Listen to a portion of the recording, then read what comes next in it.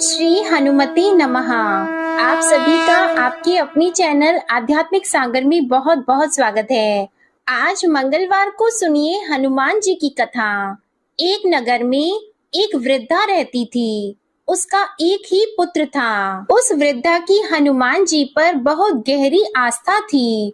वह हर मंगलवार का व्रत रखती थी और हनुमान जी की पूजा आराधना करती थी। एक बार हनुमान जी ने अपनी भक्ति में उस वृद्ध महिला की श्रद्धा का परीक्षण करने का विचार किया। हनुमान जी साधु का वेश धारण कर वृद्धा के घर गए और पुकारने लगे कि है कोई हनुमान भक्त जो हमारी इच्छा पूर्ण करे। तब आवाज उस वृद्धा के कान में पड़ी। पुकार सुनकर वृद्धा जल्दी से बाहर आई और साधु को प्रणाम कर बोली, आज्ञा महाराज। हनुमान वेशधारी साधु बोले, मैं भूखा हूँ, भोजन करूंगा, तुम थोड़ी सी जमीन लीप दो। वृद्धा दुविधा में पड़ गई। अंततः हाथ जोड़कर बोली, महाराज, लीपने और मिट्टी खोदने के अतिरिक्त आप कोई दूसरी आज्ञा दें, मैं अवश्य पूर्ण करूंगी। साधु ने 3 बार प्रतिज्ञा कराने के बाद कहा, तू अपने बेटे को बुला, मैं उसकी पीठ पर आग जलाकर भोजन बनाऊंगा। यह सुनकर वृद्धा घबरा गई, परंतु वह प्रतिज्ञाबद्ध थी। उसने अपने पुत्र को बुलाकर साधु को सौंप दिया। साधु वेशधारी हनुमान जी ने वृद्धा के हाथों से ही उसके पुत्र को पेट के बल लेटाया और उसकी पीठ पर आग लगवा दी। आग जलाकर दुखी मन से वृद्धा अपने घर में चली गई।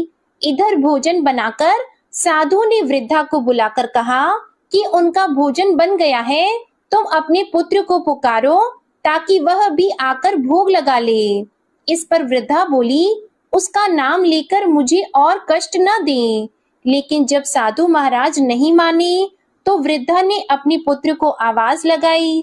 वह अपनी माँ के पास आ गया और अपने पुत्र को जीवित देखकर वृद्धा को बहुत आश्चर्य हुआ। वह साधु के चरणों में गिर पड़ी। तब हनुमान जी अपने वास्तविक रूप में प्रकट हुए और वृद्धा को भक्ति का आशीर्वाद दिया।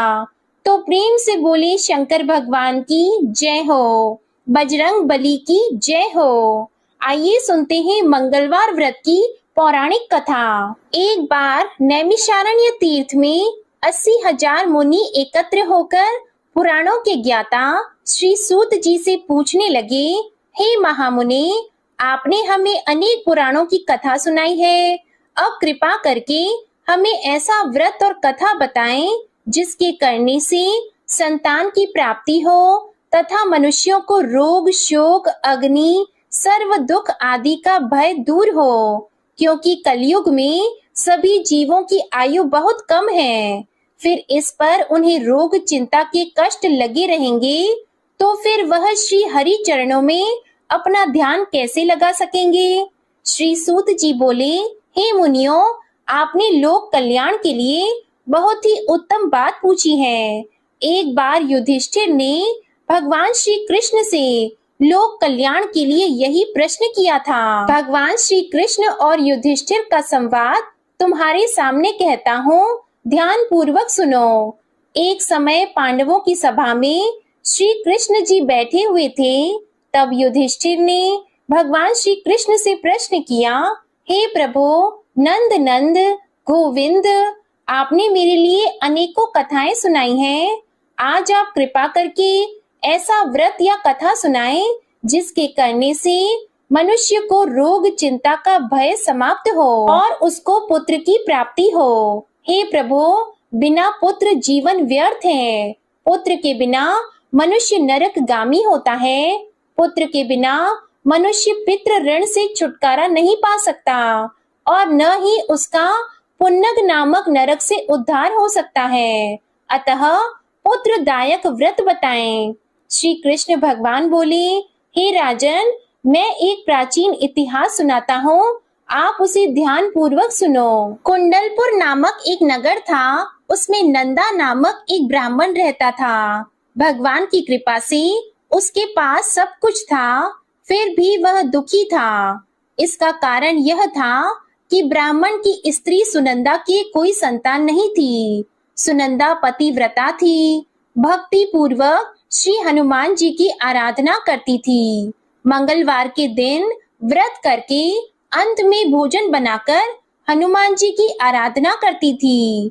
मंगलवार के दिन व्रत करके अंत में भोजन बनाकर हनुमान जी को भोग लगाने के बाद स्वयं भोजन करती थी। एक बार मंगलवार के दिन ब्राह्मणी गृह कार्य की अधिकता के कारण हनुमान जी को भोग नहीं लगा सकी, तो इस पर उसे बहुत ही दुख हुआ। उसने कुछ भी नहीं खाया और अपने मन में प्रण किया कि अब तो अगले मंगलवार को ही हनुमान जी को भोग लगाकर अन्न और जल ग्रहण करूंगी। ब्राह्मणी सुनंदा प्रतिदिन भोजन बनाती, श्रद्धा पूर्वक पति को खिलाती, परंतु स्वयं भोजन नहीं करती और मन ही मन श्री हनुमान जी की आराधना करती थी।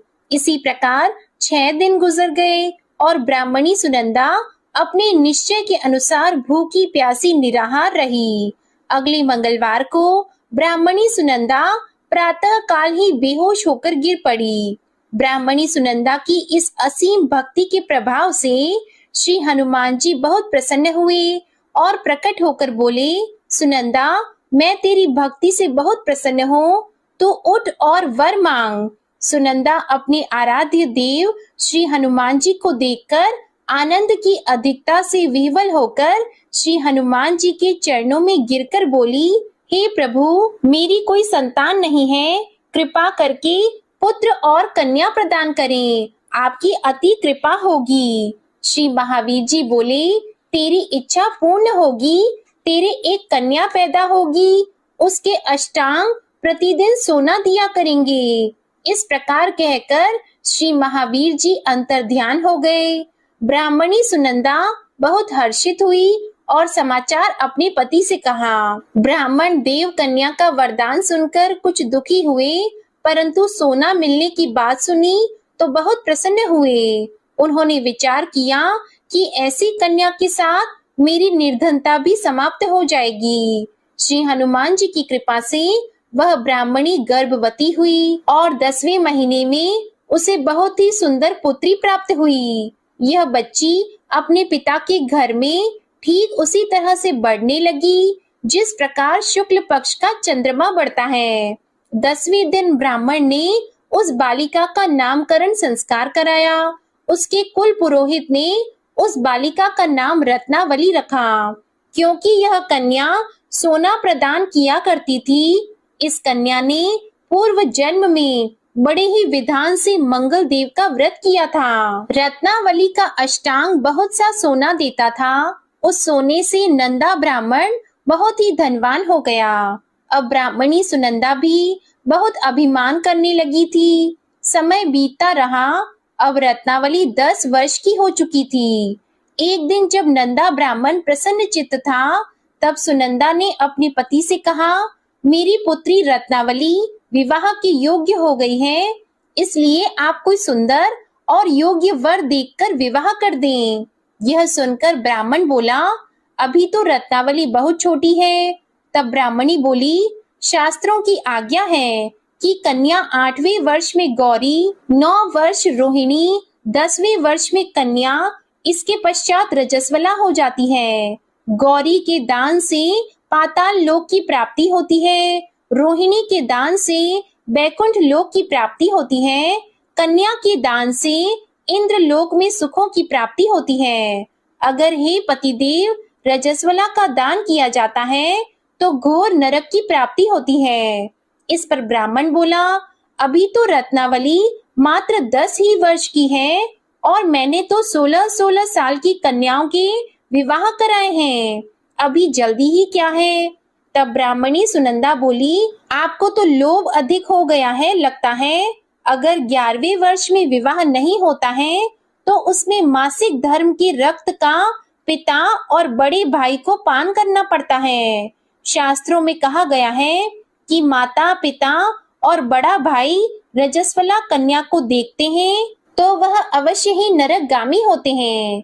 तब ब्राह्मण बोला, अच्छी बात है, कल मैं अवश्य ही योग्य वर की तलाश में अपना दूत भेजूंगा। दूसरे दिन ब्राह्मण ने अपने दूत को बुलाया और आज्ञा दी कि जैसी सुंदर मेरी कन्या है वैसा ही सुंदर वर उसके लिए तलाश करो। दूत अपने स्वामी की आज्ञा पाकर निकल पड़ा। पंपई नगरी में उसने एक सुंदर लड़के को देखा। यह बालक एक ब्राह्मण परिवार का बहुत गुणवान पुत्र था। इसका नाम सोमेश्वर था। दूत ने इस सुंदर और गुणवान ब्राह्मण पुत्र के बारे में अपने स्वामी को पूर्ण विवरण दिया। ब्राह्मण नंदा को भी सोमेश्वर अच्छा लगा और फिर एक शुभ मुहूर्त में विधि पूर्वक कन्यादान करके ब्राह्मण संतुष्ट हुए। परंतु ब्राह्मण के मन में तो लोभ समाया हुआ था। उसने कन्यादान तो कर दिया था पर वह बहुत ही खिन्न था। उसने विचार किया कि रत्नावली तो अब चली जाएगी और मुझे इससे जो सोना मिलता था वह अब मिलेगा नहीं। मेरे पास जो धन था कुछ तो इसके विवाह में खर्च हो गया और जो शेष बचा है वह भी कुछ दिनों के बाद समाप्त हो जाएगा। मैंने तो इसका विवाह करके बहुत बड़ी भूल कर दी है। अब कोई ऐसा उपाय हो कि रत्नावली मेरे घर में ही बनी रहे, अपनी ससुराल न जाए। लोभ रूपी राक्षस ब्राह्मण के मस्तिष्क पर छाता जा रहा था। रात भर अपनी शैया पर बेचैनी से करवटें बदलते बदलते उसने एक बहुत ही क्रूर निर्णय लिया। उसने विचार किया कि जब रत्नावली को उसका पति सोमेश्वर अपने घर के लिए जाएगा तो वह मार्ग में छिपकर सोमेश्वर का वध कर देगा और अपनी लड़की को अपने घर ले आएगा, जिससे नियमित रूप से उसे सोना भी मिलता रहेगा और समाज का कोई मनुष्य उसे दोष भी नहीं दे सकेगा। जब अगले दिन सुबह हुई तो नंदा और सुनंदा ने अपने जमाई तथा लड़की को बहुत सारा धन देकर विदा किया। सोमेश्वर अपनी पत्नी रत्नावली को लेकर ससुराल से अपने घर की तरफ चल दिया। ब्राह्मण नंदा महालोभ के वशीभूत होकर अपनी मति खो चुका था। पाप पुण्य का उसे विचार नहीं रहा था। अपने भयानक और क्रूर निर्णय को कार्य रूप देने के लिए उसने अपने दूत को मार्ग में अपनी जमाई का वध कराने के लिए भेज दिया था, ताकि रत्नावली से प्राप्त होने वाला सोना उसे हमेशा मिलता रहे और वो कभी निर्धन न हो। ब्राह्मण के दूत ने अपने स्वामी की आज्ञा का पालन करते हुए उसके जमाई सोमेश्वर का मार्ग में ही वध कर दिया। समाचार प्राप्त कर ब्राह्मण नंदा मार्ग में पहुंचा और रोती हुई अपनी पुत्री रत्नावली से बोला, हे पुत्री, मार्ग में लुटेरों ने पति का वध कर दिया है। भगवान की इच्छा के आगे किसी का वश नहीं चलता है।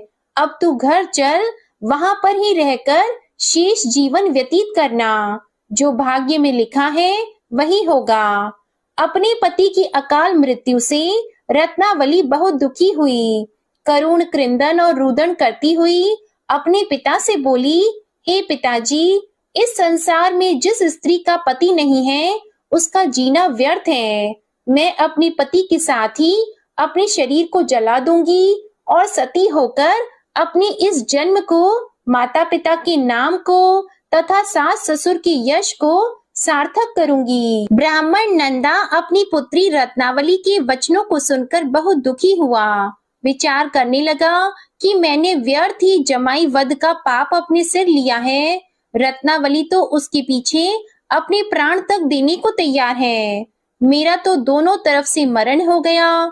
धन तो अब मिलेगा नहीं। जमाई वध के पाप के फलस्वरूप यम यातना भुगतनी पड़ेगी। यह सोचकर वह बहुत ही दुखी हुआ। सोमेश्वर की चिता बनाई गई।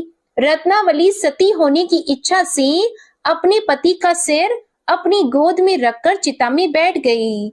जैसे ही सोमेश्वर की चिता को अग्नि लगाई गई, वैसे ही प्रसन्न होकर मंगल देव वहां प्रकट हुए और बोले, हे रत्नावली, मैं तेरी पति भक्ति से बहुत प्रसन्न हूँ, तू वर मांग। तब रत्नावली ने अपने पति का जीवन दान मांगा। मंगल देव बोले, रत्नावली, तेरा पति अजर अमर है, यह महाविद्वान भी होगा और इसके अलावा तेरी जो इच्छा हो वह वर मांग।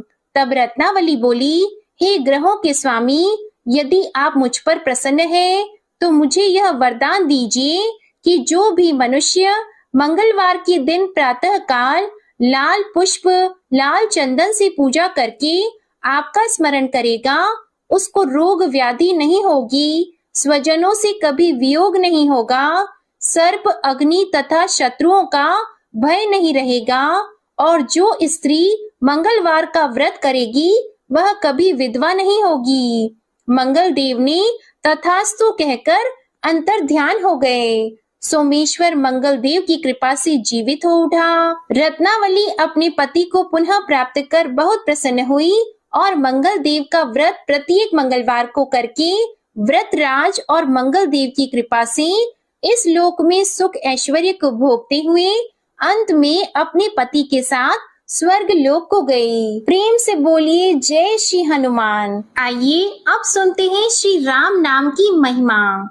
लंकापति रावण के वध के बाद जब अयोध्यापति प्रभु श्री राम की कीर्ति दूर दूर तक फैल रही थी और वह मर्यादा पुरुषोत्तम कहलाने लगे थे, तब एक दिन महादेव शिव की इच्छा भी मर्यादा पुरुषोत्तम श्री राम से मिलने की हुई। पार्वती जी को संग लेकर महादेव जी कैलाश पर्वत से उतरकर अयोध्या नगरी के रास्ते पर चल पड़े। भगवान शिव और माँ पार्वती को अयोध्या आया देखकर राम जी बहुत खुश हुए। माता जानकी ने उनका उचित आदर सत्कार किया और स्वयं भोजन बनाने के लिए रसोई में चली गई। इस बीच भगवान शिव ने श्री राम जी से पूछा, आपके सेवक हनुमान जी दिखाई नहीं दे रहे हैं। तब श्री राम बोले, वे बगीचे में हैं। शिव जी ने श्री राम जी से बगीचे में जाने की अनुमति मांगी और पार्वती जी का हाथ थामकर बगीचे में आ गए। बगीचे की खूबसूरती देखकर उनका मन मोहित हो गया।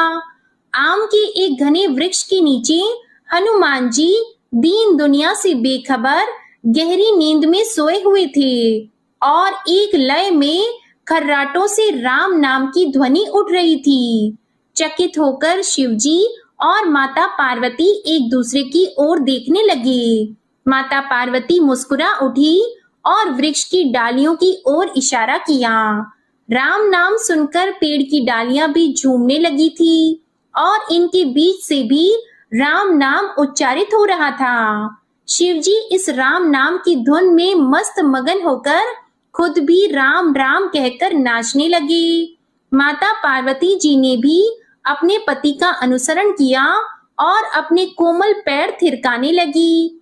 शिव जी और माता पार्वती जी के नृत्य से ऐसी झनकार उठी कि स्वर्ग लोक के देवता गण भी आकर्षित होकर बगीचे में आ गए और राम नाम की धुन में सभी मस्त हो गए। माता जानकी भोजन तैयार करके प्रतीक्षा कर रही थी, परंतु संध्या घिरने पर भी अतिथि नहीं पधारे।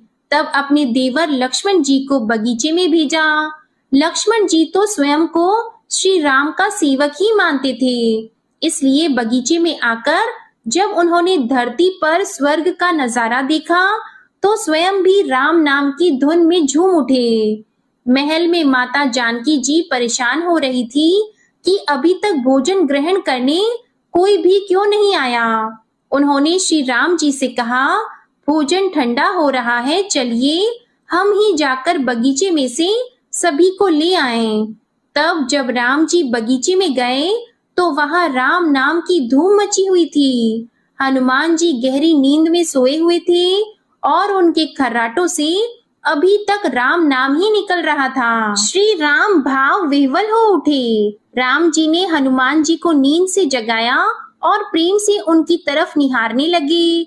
हनुमान जी प्रभु को आया देखकर शीघ्रता से उठकर खड़े हो गए। नृत्य की सभा भंग हो गई। शिव जी खुले कंठ से हनुमान जी की राम भक्ति की सराहना करने लगे। हनुमान जी सकुचाए लेकिन मन ही मन खुश हो रहे थे। श्री सिया राम ने भोजन करने का आग्रह भगवान शिव जी से किया। सभी लोग महल में भोजन करने के लिए चल पड़े। माता जानकी जी भोजन परोसने लगी। हनुमान जी को भी श्री राम जी ने पंक्ति में बैठने का आदेश दिया। हनुमान जी बैठ तो गए, परंतु आदत ऐसी थी कि राम जी के भोजन परोसने के उपरांत ही सभी लोग भोजन करते थे। आज श्री राम के आदेश से पहले भोजन करना पड़ रहा था। माता जानकी हनुमान जी को भोजन परोसती जा रही थी, परंतु हनुमान जी का पेट ही नहीं भर रहा था। सीता जी कुछ समय तक तो उन्हें भोजन परोसती रही, फिर समझ गई कि इस तरह से तो हनुमान जी का पेट नहीं भरेगा। उन्होंने तुलसी के एक पत्ते पर राम नाम लिखा और भोजन के साथ हनुमान जी को परोस दिया। तुलसी पत्र खाते ही हनुमान जी को संतुष्टि मिली और वह भोजन खाकर उठकर खड़े हो गए। भगवान शिव शंकर ने प्रसन्न होकर हनुमान जी को आशीर्वाद दिया कि आपकी राम भक्ति युगों युगों तक याद की जाएगी और आप संकट मोचन के नाम से जाने जाएंगे। आइए अब सुनते हैं राम नाम की महिमा की दूसरी कहानी। महादेव जी को एक बार बिना कारण के किसी को प्रणाम करते देखकर पार्वती जी ने पूछा, आप किसको प्रणाम करते रहते हैं? तब शिव जी ने अपनी धर्म पत्नी पार्वती जी से कहा कि हे देवी, जो व्यक्ति एक बार राम कहता है उसे मैं 3 बार प्रणाम करता हूँ।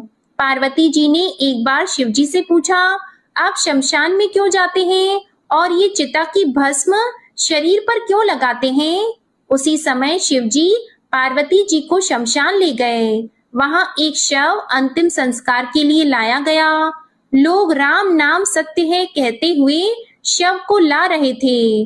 शिव जी ने कहा कि देखो पार्वती, इस शमशान की ओर जब लोग आते हैं तो राम नाम का स्मरण करते हुए आते हैं और इस शव के निमित्त से कई लोगों के मुख से मेरा अति प्रिय दिव्य राम नाम निकलता है। उसी को सुनने मैं शमशान में आता हूँ और इतने लोगों के मुख से राम नाम का जप करवाने में निमित्त बनने वाले इस शव का मैं सम्मान करता हूँ, प्रणाम करता हूँ और अग्नि में जलने के बाद उसकी भस्म को अपने शरीर पर लगा लेता हूँ।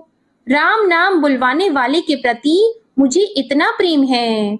एक बार शिव जी कैलाश पर पहुंचे और पार्वती जी से भोजन मांगा। तब पार्वती जी विष्णु सहस्त्र नाम का पाठ कर रही थी। पार्वती जी ने कहा, अभी पाठ पूरा नहीं हुआ है, कृपया थोड़ी देर प्रतीक्षा कीजिए। तब शिव जी ने कहा कि इसमें तो समय और श्रम दोनों लगेंगे। संत लोग जिस तरह से सहस्त्र नाम को छोटा कर लेते हैं और नित्य जपते हैं, वैसा उपाय कर लो। तो पार्वती जी ने पूछा कि वो उपाय कैसे करते हैं, मैं सुनना चाहती हूँ। तो शिव जी ने बताया, केवल एक बार राम कह लो, तुम्हें सहस्त्र नाम भगवान के 1000 नाम लेने का फल मिल जाएगा। एक राम नाम 1000 दिव्य नामों के समान है। तब पार्वती जी ने वैसा ही किया। भगवान बोले, श्री राम राम रामेति रमे रामे मनोरमे सहस्त्र नाम तततुल्यम राम नाम वरानने।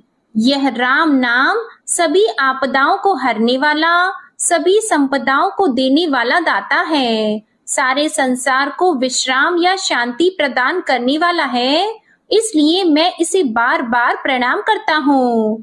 भव सागर की सभी समस्याओं और दुखों के बीजों को भूंज के रख देने वाला, समूल नष्ट कर देने वाला, सुख संपत्तियों को अर्जित करने वाला, यमदूतों को खदेड़ने वाला केवल राम नाम का जप है। इसलिए प्रयास पूर्वक स्वयं भी राम नाम जपते रहना चाहिए और दूसरों को भी प्रेरित करके राम नाम जपना चाहिए। इससे अपना और दूसरों का तुरंत कल्याण हो जाता है।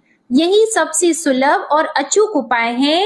इसलिए हमारे देश में प्रणाम राम राम कहकर किया जाता है। आइए अब सुनते हैं बिल्व वृक्ष की महिमा। एक बार नारद जी ने भोलेनाथ जी की स्तुति करके पूछा कि प्रभु, आपको प्रसन्न करने के लिए सबसे उत्तम और सुलभ साधन क्या है? हे त्रिलोकीनाथ, आप तो निर्विकार और निष्काम हैं, आप सहज ही प्रसन्न हो जाते हैं।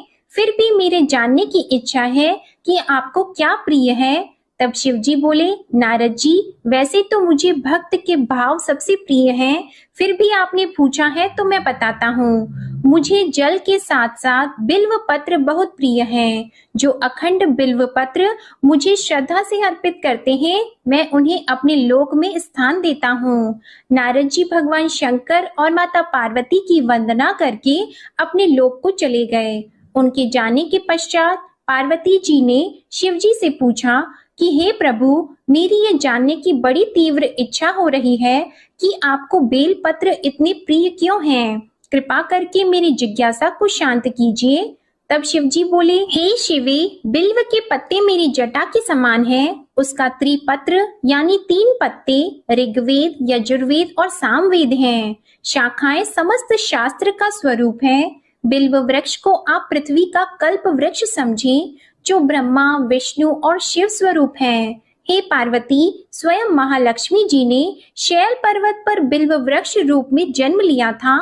इस कारण भी बेल का वृक्ष मेरे लिए अति प्रिय है। महालक्ष्मी जी ने बिल्व का रूप धरा, ये सुनकर पार्वती जी कौतूहल में पड़ गईं और पार्वती जी कौतूहल से उपजी जिज्ञासा को रोक न पाईं। उन्होंने पूछा, देवी लक्ष्मी ने आखिर बिल्व वृक्ष का रूप क्यों लिया? आप ये कथा विस्तार से कहें। तब भोलेनाथ ने देवी पार्वती जी को कथा सुनाना आरंभ किया। हे देवी, सतयुग में ज्योति रूप में मेरे अंश का रामेश्वर लिंग था। ब्रह्मा आदि देवों ने उसका विधिवत पूजन अर्चन किया था। इसका परिणाम ये हुआ कि मेरे अनुग्रह से वाणी देवी सबकी प्रिय हो गई। वे भगवान विष्णु को सतत प्रिय हो गई। मेरे प्रभाव से भगवान केशव के मन में वाग देवी के लिए जितनी प्रीति उत्पन्न हुई, वह स्वयं लक्ष्मी जी को नहीं भाई। लक्ष्मी देवी का श्री हरि के प्रति मन में कुछ दुराव पैदा हो गया। वह चिंतित और रुष्ट होकर चुपचाप परम उत्तम श्री शैल पर्वत पर चली गईं। वहां उन्होंने तप करने का निश्चय किया और उत्तम स्थान का चयन करने लगी। महालक्ष्मी ने उत्तम स्थान का निश्चय करके मेरे लिंग विग्रह की उग्र तपस्या प्रारंभ की। उनकी तपस्या कठोरतम होती जा रही थी। हे परमेश्वरी, कुछ समय के बाद महालक्ष्मी जी ने मेरे लिंग विग्रह से थोड़ा ऊर्ध्व में एक वृक्ष का रूप धारण कर लिया। अपने पत्तों और पुष्प द्वारा निरंतर मेरा पूजन करने लगी। इस तरह महालक्ष्मी जी ने लाखों वर्षों तक घोर आराधना की। अंततः उन्हें मेरा अनुग्रह प्राप्त हुआ। मैं वहां प्रकट हुआ और देवी से इस घोर तप की आकांक्षा पूछकर वर देने को तैयार हुआ।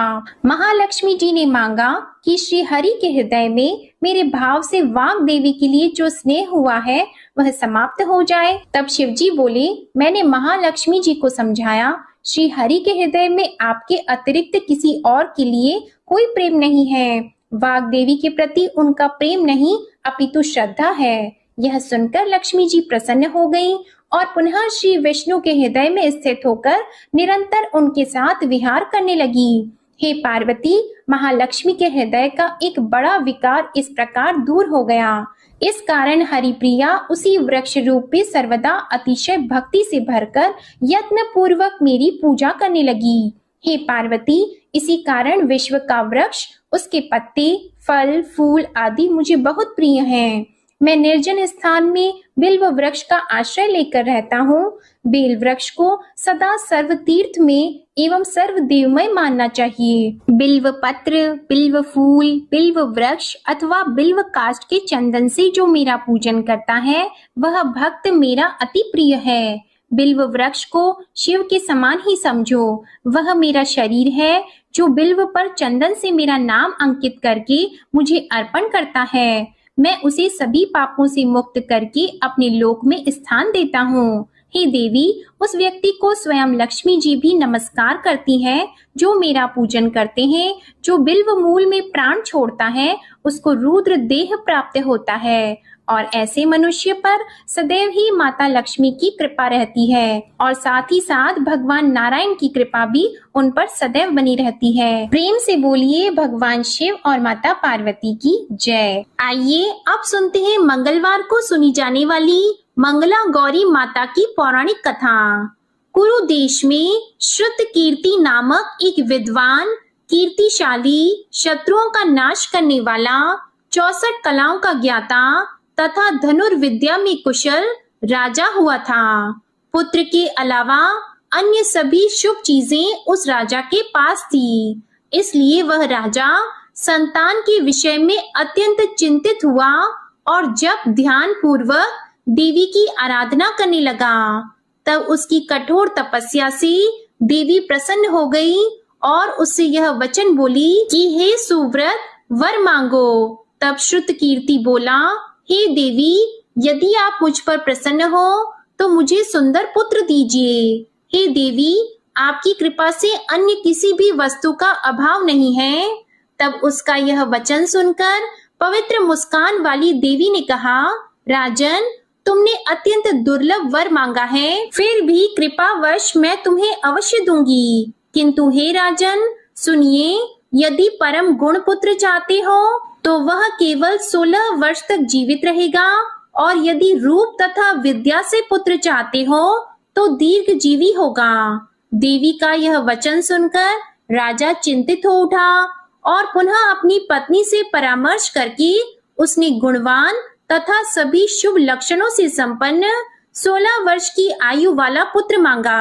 तब देवी ने भक्ति संपन्न राजा से कहा, हे नृपनंदन, मेरे मंदिर के द्वार पर आम का वृक्ष है, उसका एक फल लाकर मेरी आज्ञा से अपनी पत्नी को उसे भक्षण हेतु प्रदान करो, जिससे वह शीघ्र ही गर्भ धारण करेगी, इसमें संदेह नहीं है। प्रसन्न होकर राजा ने वैसा ही किया और उसकी पत्नी ने गर्भ धारण कर लिया। 10वें महीने में उसने देवतुल्य सुंदर पुत्र को जन्म दिया। तब हर्ष तथा शोक से युक्त राजा ने बालक का जात कर्म आदि संस्कार किया और शिव का स्मरण करते हुए उसका नाम चिरायु रखा। इसके बाद पुत्र के 16 वर्ष के होने पर पत्नी सहित राजा चिंता में पड़ गए और वे विचार करने लगी कि यह पुत्र बड़े कष्ट से प्राप्त हुआ है और मैं इसकी दुखद मृत्यु अपने ही सामने कैसे देख सकूंगा। ऐसा विचार करके राजा ने पुत्र को उसके मामा के साथ काशी भेज दिया। प्रस्थान के समय राजा की पत्नी ने अपने भाई से कहा कि आप मेरे पुत्र को काशी ले जाइए। मैंने भगवान मृत्युंजय से पूर्व में पुत्र के लिए प्रार्थना की थी और कहा था कि हे विश्वेश, आप जगतपति की यात्रा के लिए मैं उस पुत्र को अवश्य भेजूंगी। अतः आप मेरे पुत्र को आज ही ले जाइए और सावधानी पूर्वक इसकी रक्षा कीजिएगा। अपनी बहन की यह बात सुनकर भांजे के साथ वह चल पड़ा। कई दिनों तक चलते चलते वह आनंद नामक नगर में पहुंचा।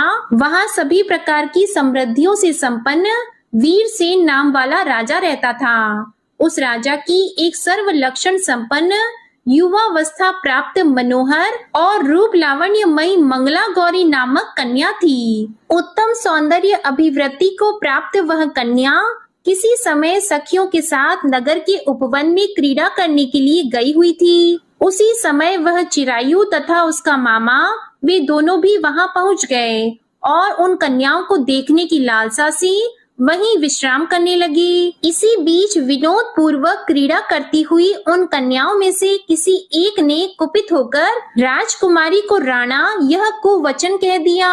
तब उस अशुभ वचन को सुनकर राजकुमारी ने कहा कि तुम अनुचित बातें क्यों बोल रही हो? मेरे कुल में तो इस प्रकार की कोई नहीं है। मंगला गौरी की कृपा से तथा उनके व्रत के प्रभाव से विवाह के समय जिसके सर पर मेरे हाथ से अक्षत पड़ेंगे, हे सखी, वह यदि अल्प आयु वाला भी होगा तो भी चिरंजीवी हो जाएगा। इसके बाद वे सभी कन्याएं अपने अपने घर चली गईं।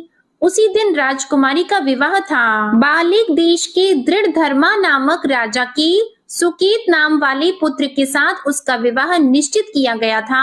वह सुकेत विद्याहीन, कुरूप तथा बहरा था। तब सुकेत के साथ आए हुए उन लोगों ने विचार किया कि इस समय कोई दूसरा श्रेष्ठ वर ले जाना चाहिए और विवाह संपन्न हो जाने के बाद वहां सुकेत पहुंच जाए। तो उन लोगों ने चिरायु के मामा के पास जाकर याचना की कि आप इस बालक को हमें दे दीजिए, जिससे हमारा कार्य सिद्ध हो जाए। इस पृथ्वी पर परोपकार के समान दूसरा कोई धर्म नहीं है। तब उनकी बात सुनकर चिरायु का मामा मन ही मन बहुत प्रसन्न हुआ, क्योंकि इसने उपवन में पहले ही कन्या मंगला गौरी की बात सुन ली थी। फिर भी उसने एक बार कहा कि आप लोग इसे किस लिए मांग रहे हैं? कार्य की सिद्धि हेतु वस्त्र, अलंकार आदि मांगे जाते हैं, वर तो कहीं भी नहीं मांगा जाता। तथापि आप लोगों का सम्मान रखने के लिए मैं इसे दे रहा हूँ। इसके बाद चिरायु को वहां ले जाकर उन लोगों ने विवाह संपन्न कराया। सप्तपदी आदि के हो जाने पर रात्रि में शिव पार्वती की प्रतिमा के समक्ष उस चिरायु ने हर्ष युक्त होकर मंगला गौरी के साथ शयन किया। उसी दिन चिरायु के 16 वर्ष पूर्ण हो चुके थे और अर्धरात्रि में साक्षात काल सर्प रूप में वहां आ गया। इसी बीच संयोगवश राजकुमारी जाग गई। उसने उस महासर्प को वहां देखा और वह भय से व्याकुल होकर कांपने लगी। तभी उस कन्या ने धैर्य धारण किया, 16 उपचारों से सर्प की पूजा की और पीने के लिए उसे दूध दे दिया। उसने दीनता भरी वाणी में उस सर्प की प्रार्थना की और स्तुति की। मंगला गौरी प्रार्थना करने लगी कि मैं उत्तम व्रत को करूंगी जिससे मेरे पति जीवित रहें। यह जिस तरह से चिरकाल तक जीवित रहें, आप वैसा कीजिए। इतने में सर्प वहां स्थित एक कमंडल में प्रवेश कर गया और उस मंगला गौरी ने अपनी कंचुकी से उस कमंडल का मुंह बांध दिया। इसी बीच उसका पति अंगड़ाई लेकर जाग गया और अपनी पत्नी से बोला, हे प्रिये, मुझे भूख लगी है। तब वह अपनी माता के पास जाकर खीर, लड्डू आदि ले आई और उसके द्वारा दिए भोज्य पदार्थ को उसने प्रसन्न मन होकर खाया। भोजन के बाद हाथ धोते समय उसके हाथ से अंगूठी गिर पड़ी। तांबूल खाकर वह पुनः सो गया। उसके बाद मंगला गौरी कमंडल को फेंकने के लिए जाने लगी। विधि की कैसी गति है कि उस कमंडल में से बाहर की ओर जगमग करती हुई हार कांति को देखकर वह आश्चर्यचकित हो गई। घट में स्थित उस हार को उसने अपने कंठ में धारण कर लिया। इसके बाद कुछ रात शेष रहते ही चिरायु का मामा आकर उसे ले गया। इसके बाद वर पक्ष के लोग सुकेत को वहां ले आए। उसे देखकर मंगला गौरी ने कहा कि यह मेरा पति नहीं है। तब उन सभी ने उससे कहा कि हे शुभे, तुम यह क्या बोल रही हो? यहाँ तुम्हारा कोई परिचायक हो तो उसे हम लोगों को बताओ। मंगला गौरी बोली, जिसने रात में 9 रत्नों से बनी अंगूठी दी है, उसकी अंगुली में इसे डालकर परिचायक निशानी देख ले। मेरे पति ने रात्रि में मुझे जो हार दिया था, उसके रत्नों का समुदाय कैसा है, उस बात को ये बताएं। ये तो कोई अन्य ही है। इसके अलावा रात में परस्पर भाषण तथा भोजन आदि जो कुछ किया गया था, उसे भी यह बता दें, तब यह निश्चय ही मेरे पति हैं। इस प्रकार उसका वचन सुनकर सभी ठीक है कहने लगे, किंतु जब एक भी बात ना मिली, तब सभी ने सुकेत को उसका पति होने से निषिद्ध कर दिया और वर पक्ष वाले जिस तरह से आए थे उसी तरह से चले गए। उसके बाद अपने वंश को बढ़ाने वाली महान यश से संपन्न तथा परम मनस्वी मंगला गौरी के पिता ने अन्न पान आदि का सत्र चलाया। उन्होंने वर पक्ष का वृतांत कानों कान सुन लिया कि स्वरूप से कुरूप होने के कारण लोगों के द्वारा किसी अन्य को वर के रूप में आदर पूर्वक लाया गया था। तब उन्होंने अपनी कन्या को पर्दे के भीतर बिठा दिया।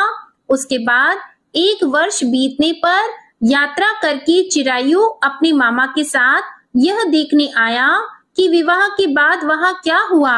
तब भीतर से उसे देखकर वह मंगला गौरी अत्यंत प्रसन्न हुई और माता पिता से बोली कि मेरे पति आ गए हैं। तब राजा ने अपने स्वजनों को बुलाकर पूर्व में कहे गए सभी परिचायकों को निशानी को देकर मंद मुस्कान वाली अपनी कन्या चिरायु को सौंप दी। राजा ने शिष्ट जनों को साथ लेकर विवाह का उत्सव कराया।